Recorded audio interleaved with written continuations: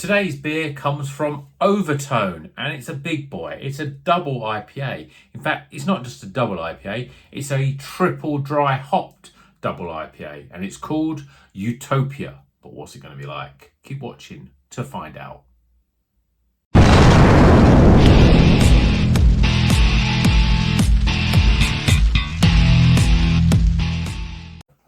Welcome back to Rocker's Beer Review. Today we're going double IPA midweek. I'm drinking this on a Wednesday, which is a bit crazy. And this is Utopia. It is a triple dry hopped double IPA. It's got Eldorado Cryo, Citra and Mosaic. So let's crack it open, get it in glass and see what it's going to be about. I don't think I've ever had a triple dry hopped double IPA. So it's going to be a bit different. And I don't even know if I've had double IPAs from the likes of Overtone. Yes, I'm sure I have, but it seems like it's a while since I've had a cracking double IPA, sort of cracking double IPA from Overtone. Yeah, and I'm not sure about this one now I've poured it out, because this looks like a West Coast double IPA. We've got a very sort of orange, and although there's a slight haze to it, it's not your normal sort of custardy coloured beer. We've got a finger of quite sort of loose head. For a finger of loose head, fairly white. Yeah, it looks okay. Let's give it a bit of a top up. Yeah, I'm not sure on this one. And when I picked this one out of the fridge, I thought I'll just look at the date because it's been in there a while. And it was canned in March, which, you know, we're in August now. So it's probably not going to be as fresh as I would have liked, but it's still within date by, you know, good times. It's got a year date on it. But let's see what the aroma's like. Interesting. It's, I wouldn't even go to the far as say it's got that West Coast sort of aroma.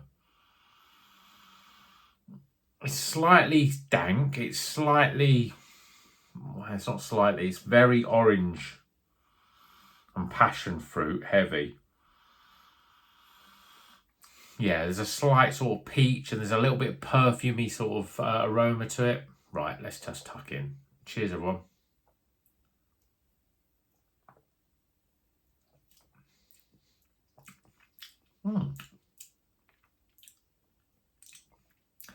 That's a strange flavoured beer.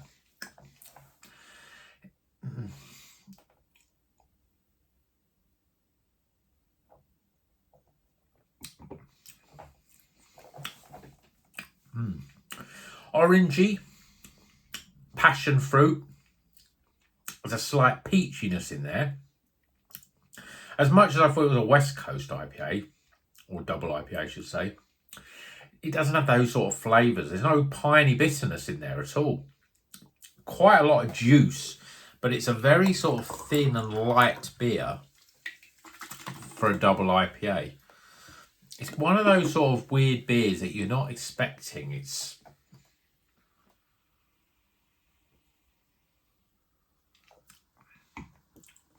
very different. It is, I suppose, ultimately, it's like a West Coast, a no coast or mountain IPA. You're getting lots of juice up front, no bitterness at all. But it's got a little bit of zingy carbonation in it. And it's quite light. Flavours though, orange, marmalade-y almost. Little bit of passion fruit coming through and peach coming through. And they're the flavours. It's not really getting much in terms of lemons, limes, grapefruits, that sort of stuff. And not really getting huge amounts of stone fruit flavours in here. I don't know whether it's maybe faded a little bit, so it's not quite itself. I mean, look at it now. I've poured it out. I've poured that last lot drop in, and that's almost gone hazy now. That's a lot hazier than when we started. That almost looks like I would expect. A very deep, hazy orange colour. That's a weird one, I think. It smells slightly different as well.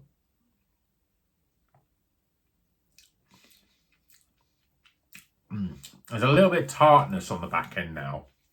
I don't know if that last drop in the bottom of it made a change, but it definitely, if you look back, that has definitely changed colour from when we started. That has gone a more opaque, hazy colour than it was, just by putting that last little drop in that was at the bottom of the can. So maybe it hasn't settled quite right, or the fact that it's been sitting for a while because it was canned in March. But I quite like it. And you know the big thing about this, it doesn't taste anything like 8%. It's very sort of very mellow in terms of its flavour. The fruit flavours, yes, you're looking at orange, and you're getting a slight marmalade, that slight bitterness. You know, I've said it before in lots of reviews. It's not quite piney bitterness. Well, it's not piney bitterness at all. It's almost like the bitterness of an orange rind, really. So you're getting that. Passion fruit gives it a little bit more of an edge than just sort of plain orange flavours. Gives that sort of slightly tropical, orangey sort of flavour to it. And then there's a sweetness in there as well, peach sweetness. I wouldn't say there's anything else though. No grapefruit, no pininess. There's no big hits of mango. There's nothing else funky there. I mean, we've got El Dorado. I always think of El Dorado because I've seen it described by Polly's as El Dorado brings like jelly tots. And there is a real sweetness in there, an orangey sweetness, but it is a little bit like a sweet flavour, like sweets basically. And obviously we've got two types of El Dorado, and El Dorado's not used that much actually. We've got the cryo. I don't know if I've ever heard of the cryo or seen the cryo version. And then we've got your classic Citra and Mosaic. It is quite unlike any double IPA or even IPA that I've had. We started off looking completely different than when we poured it all out. Flavour wise, it gets better as I drink it.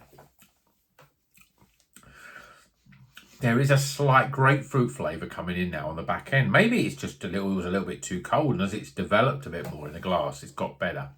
It's a difficult one to score this, because it's one of those sort of beers that we have from time to time that sort of changes everything what you expect when you drink it. And so your brain gets a little confused because they're expecting one thing, but your taste buds are telling it something different. But I like it. And as I say, you don't get any of that 8%. It's 8% on the nose, isn't it? Yeah, I think it's 8%.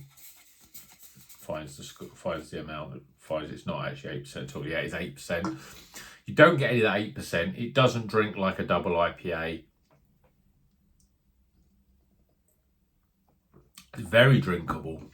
Flavours are there. I think maybe if I'd opened it within a month of it being canned, I would have got a completely different beer, because I think that this has changed. Even in this sort of short, well, not even, it's about 5 months. It's not much, but I think it's enough for it to change in terms of the hops. The settle of the beer is different, but I still think there's loads of flavour. It's definitely not dodgy in terms of oxidising. We've had a couple of those strange beers. That Overtone, I mean, that was Overtone Cloudwater collaboration. I've seen a few more other people review it, and they've all said it doesn't taste right. This is almost like that, but it's better, much better, and I'm enjoying it. So, Utopia. If you've had this before, let me know what you thought of it. You might have had it a while ago and it was a different drink, but certainly if you look back to the beginning of this review and now look at the colour of it now, that has definitely changed. You know, that has changed colour. The last little drop of that beer completely changed the colour of the beer. Very strange, and I don't think I've ever had that happen before. But let's get some scores.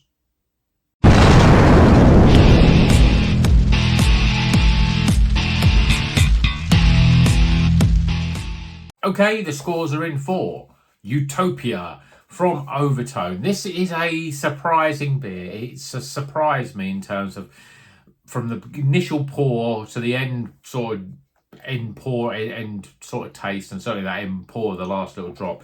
The beer completely sort of almost metamorphosized in the glass. And ultimately it's come down to actually it's a different flavoured beer than probably you would expect, but it's still a good beer. So let's go through the scores, starting with aroma. Appearance. Flavour. Value for money. Now this was just over £6. And finally, my overall experience. Tighten the scores up. Well, we're still getting a recommended. We're just over the top, in closer to the highly recommended with 76 out of 100. This is not a bad beer. I reckon if I'd had it after it'd been, after a couple of weeks of it being canned, I probably would have got more score out of it, better score out of it. But it's still not bad. It's one of those sort of beers that is just unexpected in its flavour, and I don't know whether it's because it's 5 months old and why that flavour suddenly did change and the appearance changed and the whole sort of outlook of the beer sort of changed halfway through the review. That is a strange thing to happen. But let me know if you've had it. Still recommended. And as I say, if this is brewed, maybe they're going to rebrew it. And if it is, I'd definitely give it a go. If you see in the shelves now, I'd probably avoid it because I think I'm starting to think now that a lot of these beers you've got to drink them within the first sort of, I'd probably say the first 4 to 6 weeks. You don't want to drink it too early, but you don't want to drink it too late. So probably anything more than 3 months old, you probably want to go, yeah, let's get something newer. I mean, that's my opinion. Let me know what you think. How have you experienced hops in terms of beers? Have you had a beer and you bought 2 of them and you've had one and then you've waited 4 or 5 months and you've had it again? I don't know if I could be able to keep 2 beers in the fridge for that long. But let me know what you think of when the best time is to drink beers after they've been canned. Obviously, sell by date, usually most beers are a year. Some of them I do find now are 6 months. So maybe that's why some of them are coming down, because they're feeling that they are changing closer to that 6-month period. Let me know in the comments. And until the next one, please give the video a thumbs up if you like it. If you're not a subscriber, please subscribe.